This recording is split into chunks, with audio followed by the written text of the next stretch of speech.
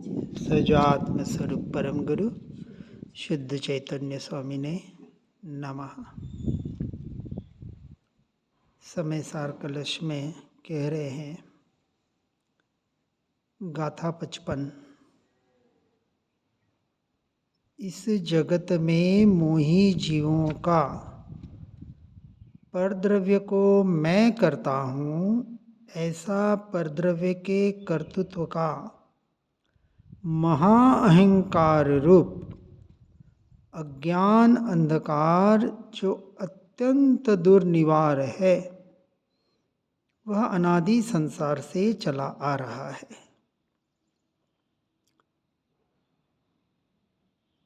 परद्रव्य पर भावों में मैं मेरापना, एकत्व, ममत्वपना, कर्तृत्व, भोक्तृत्वपना करने वाले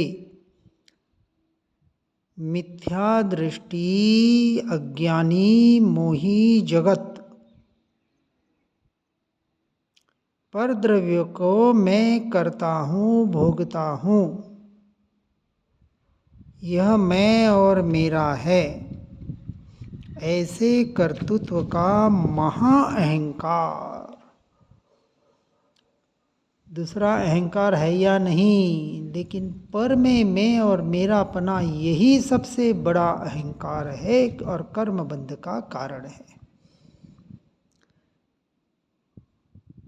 और ऐसे अहंकार रूप अज्ञान अंधकार, हा क्या कह रहे हैं, बचना है हमें, इससे छूटना है, निकलना है।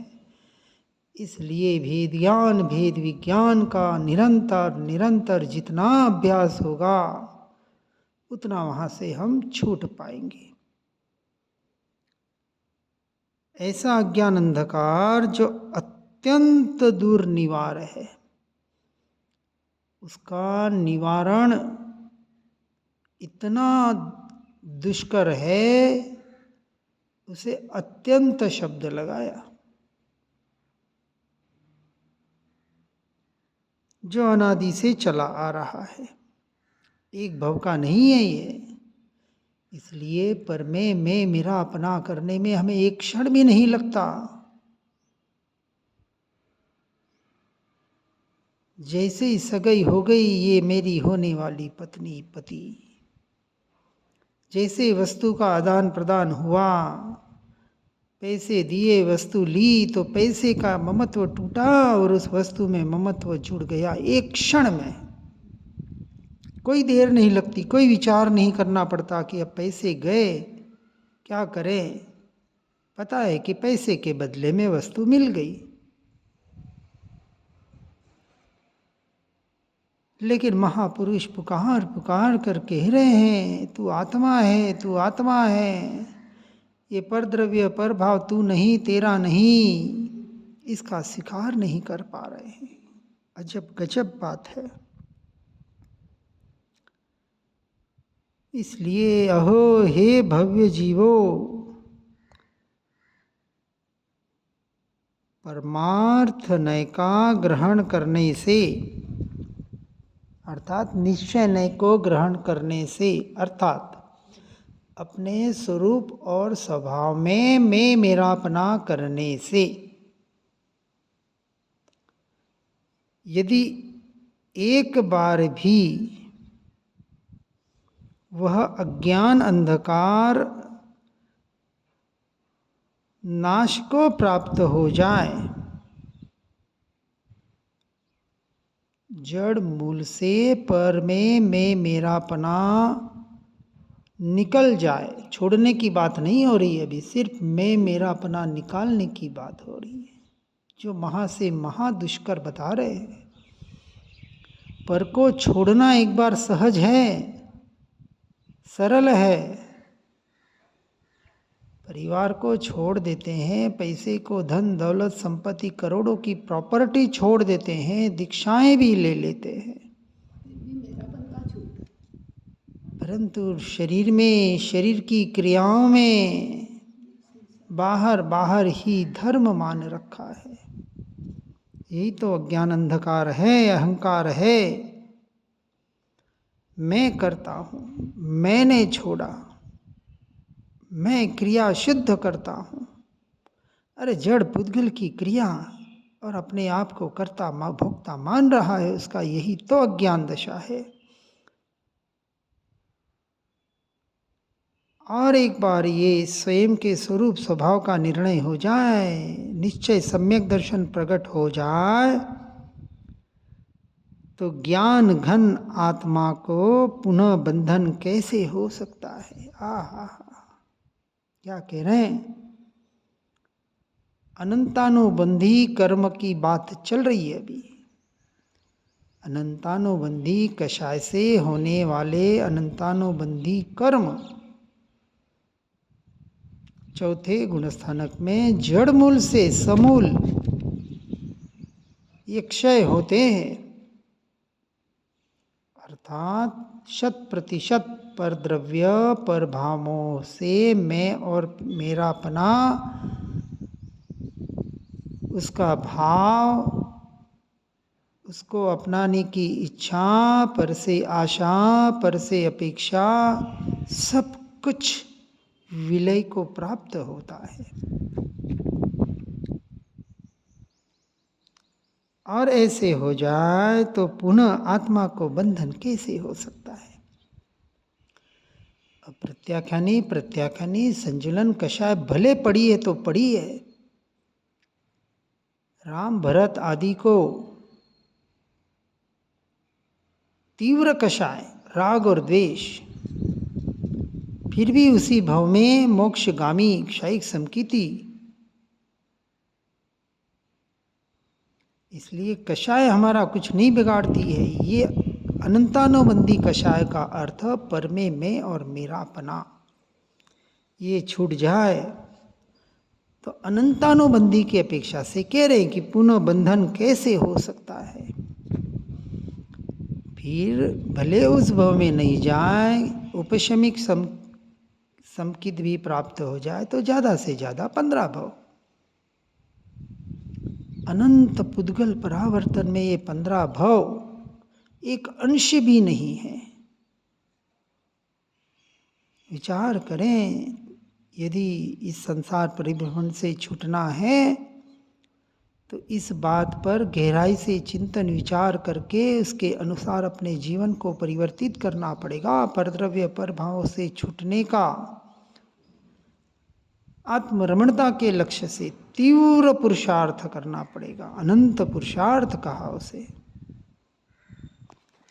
गाथा 56 में कह रहे हैं आगे, आत्मा तो सदा अपने भावों को करता है और परद्रव्य पर के भावों को करता है, क्योंकि जो अपने भाव है सो तो आप ही है और जो पर के भाव है सो पर ही है।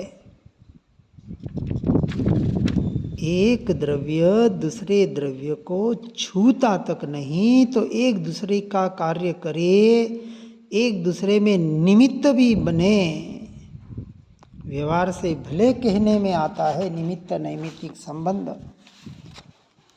ऐसे व्यवहार को भी अभूतार्थ कहा, आदरणीय नहीं बताया, सत्यार्थ नहीं है। व्यवहार से कथन कहने में आता है परंतु वास्तविक ऐसे नहीं है।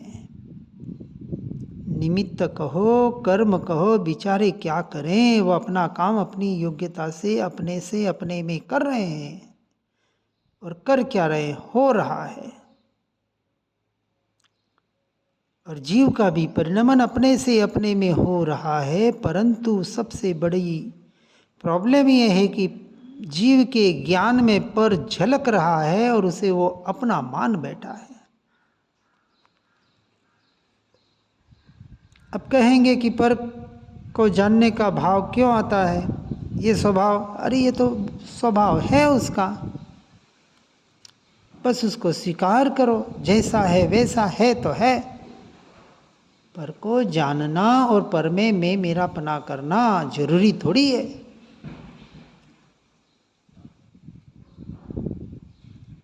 जानने में तो अनंत चीजें आएगी केवल ज्ञान में, और अभी भी इतनी जानने में तो चीजें कितनी आ रही है, हजारों तो आ ही रही है।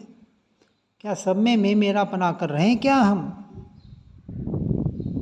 कहीं धर्मशाला में गए, आश्रम में गए, कहीं घूमने फिरने होटल में गए, वहाँ बताओ मैं मेरापना करके।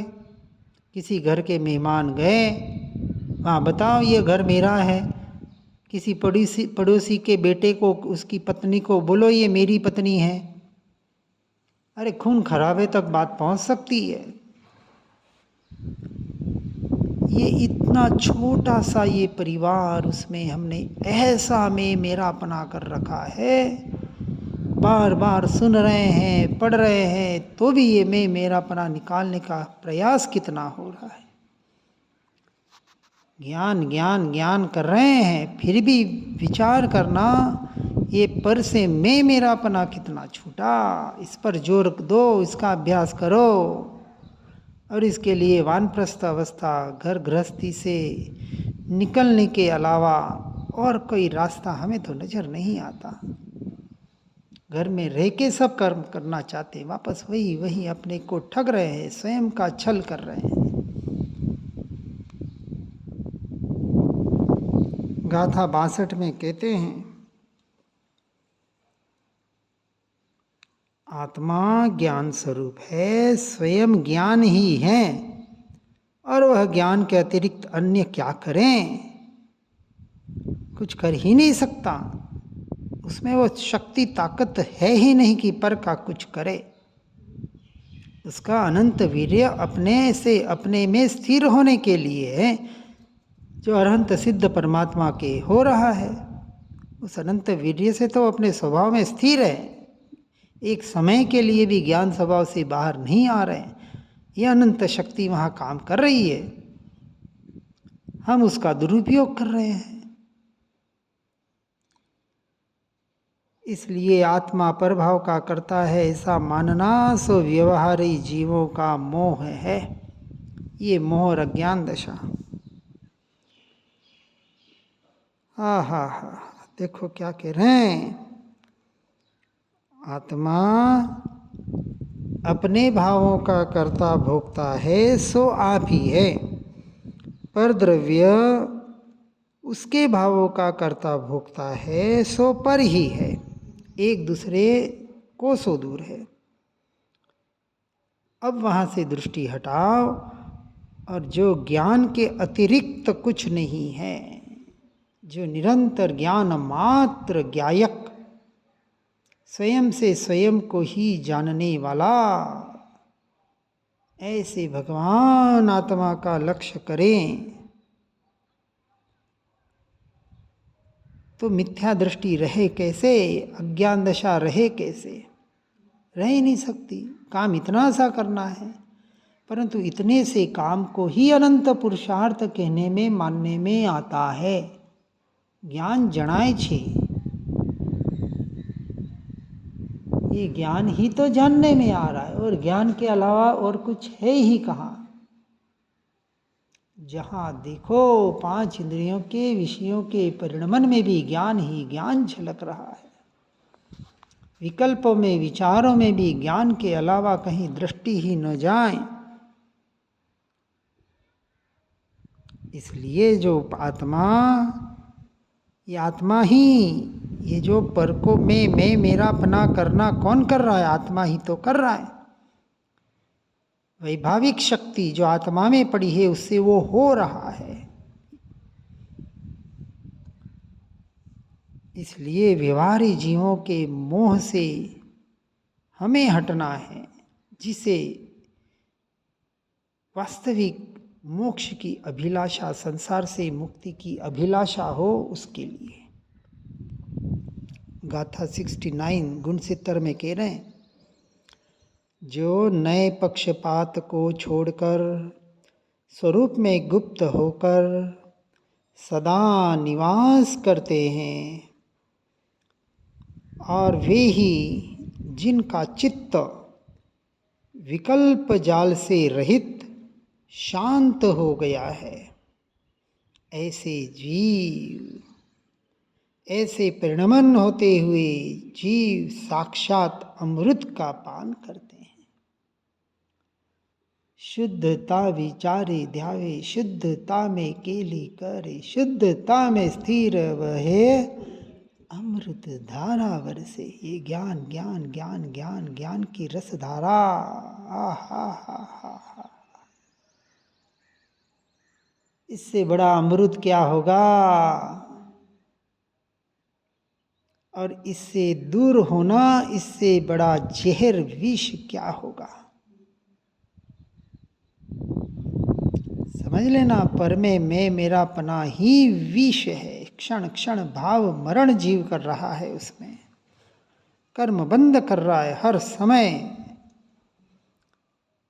धार्मिक क्रियाएं करते हुए भी मैं उपवास करता हूँ, मैंने एक मास खमन किया, मैं वर्षी तप करता हूँ, मैं यात्रा करता हूँ, मैंने पूजा की, मैं ध्यान करता हूँ, ये सारे कर्म बंध के कारण है, पुण्य बंध के संसार में भटकाने वाले हैं। इसलिए कहा, जो नए पक्षपात को छोड़कर, पहले नए निक्षेप प्रमाण सप्तभंगी आदि के द्वारा जीव स्थानक, मार्गणा स्थानक, गुण स्थानक, इसको समझकर फिर इन सबसे पर द्रव्य पर भावों से, गुण भेदों से, पर्याय भेदों से दृष्टि को हटाकर इसको कहा नए पक्षपात को छोड़ना। नयातिक्रांत, पक्षातिक्रांत, मैं जैन, मैं दिगंबर, मैं श्वेतांबर, मैं फलाना, मैं ऐसा, मैं वैसा, अपने कुल, जाति, संप्रदाय और अपने रिश्ते नाते, ये जो मैं मेरापना पाप और पुण्य में अटका रखा है, वहाँ से अपने पक्षपात को छोड़कर, अपने आग्रहों को, सभी आग्रहों को छोड़कर, जो स्वरूप में गुप्त होकर स्वभाव में स्थिर होता है, सदा निवास करता है, ऐसे ही जीवों का चित्त विकल्प जाल से रहित होता है और सच्चे शांति के अधिकारी होते हैं। ऐसे होते हुए साक्षात अमृत का पान करते हैं। वो खाने वाला अमरूद नहीं, अमृत, ऐसा अमृत कि ऐसे अमृत का जिसने रसपान कर लिया, वो अपने अजर अमर अविनाशी तत्व को प्राप्त करता है, अर्थात मुक्ति की ओर प्रयाण करता है। ऐसा कहते हैं ना, अमृत पी लेता है वो अमर हो जाता है। ये सच्चा अमृत है। ये बाहर वाला अमृत और विष की यहाँ बात नहीं हो रही कि कुछ अमृत पी लिया, गटक लिया, या कोई खिचड़ी मुद्रा आदि करके ये जो भीतर से कुछ द्रव्य निकलता है, मिठास आती है, ये उसकी बात नहीं हो रही है। सब पुद्गल के परिणाम, जीव उसमें एकत्व करके खुश हो रहा है। देखो हमारा ध्यान कितना गहरा लगता है, हमें ऐसी अनुभूतियाँ हुई। जहर है जहर ये अनुभूतियाँ, क्योंकि अटकाने वाली है, भटकाने वाली है, मीठा जहर। इसलिए इनसे बचना, सावधान रहना। इसलिए सब नयातिक्रांत, पक्षातिक्रांत होकर एकमात्र स्वरूप और स्वभाव का आश्रय करके उसमें ही लीन होने का प्रयास और पुरुषार्थ करें। इसी भावना के साथ ओम नमः सिद्धम।